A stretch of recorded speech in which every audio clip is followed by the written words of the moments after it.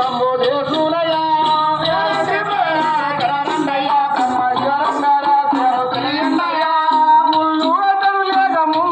కూర్చొని ఎట్లు లేని బండ్లు తోలేరయ్యా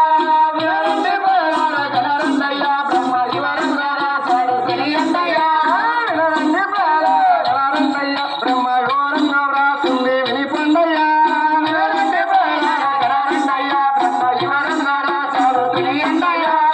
ఏనుగ కడుపున పంది పుట్టునట పంది కడుపున కోది పుడతారయ్యా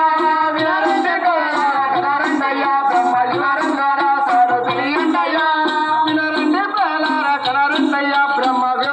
వ్రాసింది వినిపండయ్యా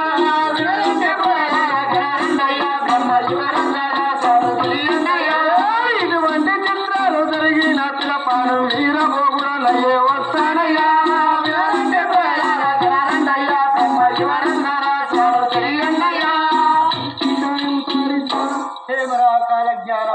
ఏంట్రా లోక జ్ఞానము? బ్రహ్మంగారు మొదటి కాలజ్ఞానం ఏమని చెబుతున్నాడు?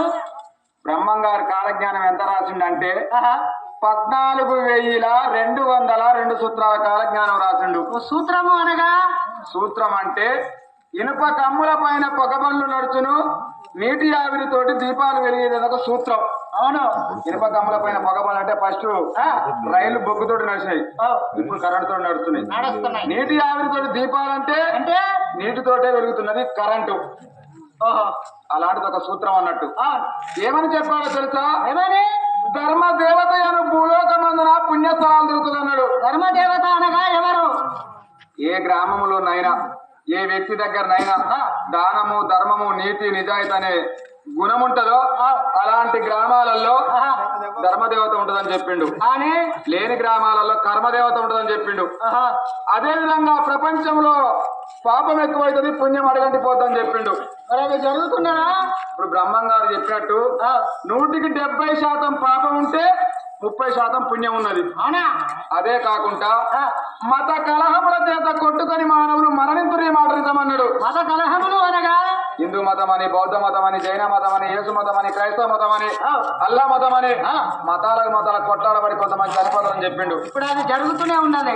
జరుగుతుందా లేదంటే మనం చూస్తూనే ఉన్నాం, రోజు పేపర్లలో టీవీలో జరుగుతూనే ఉంది.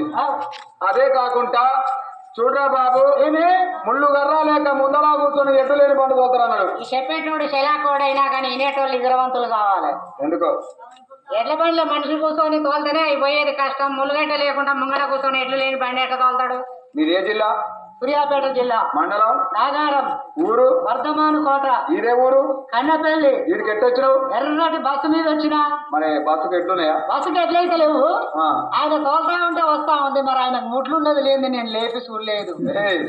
ముళ్ళు గర్రా లేక ముందలా కూర్చున్నట్టు అంటే యంత్ర పరికరాలు అన్నట్టు. బస్సులు లారీలు మిషనరీ సామాన్. అర్థమైందా? మరి రెండవ కమ్మ చెప్పి ఏనుగు కడుపులో పంది పుడుతుంది, పంది కడుపులో కోతి పుడుతుంది అన్నాడు. జరిగేది ముందే ఉన్నది.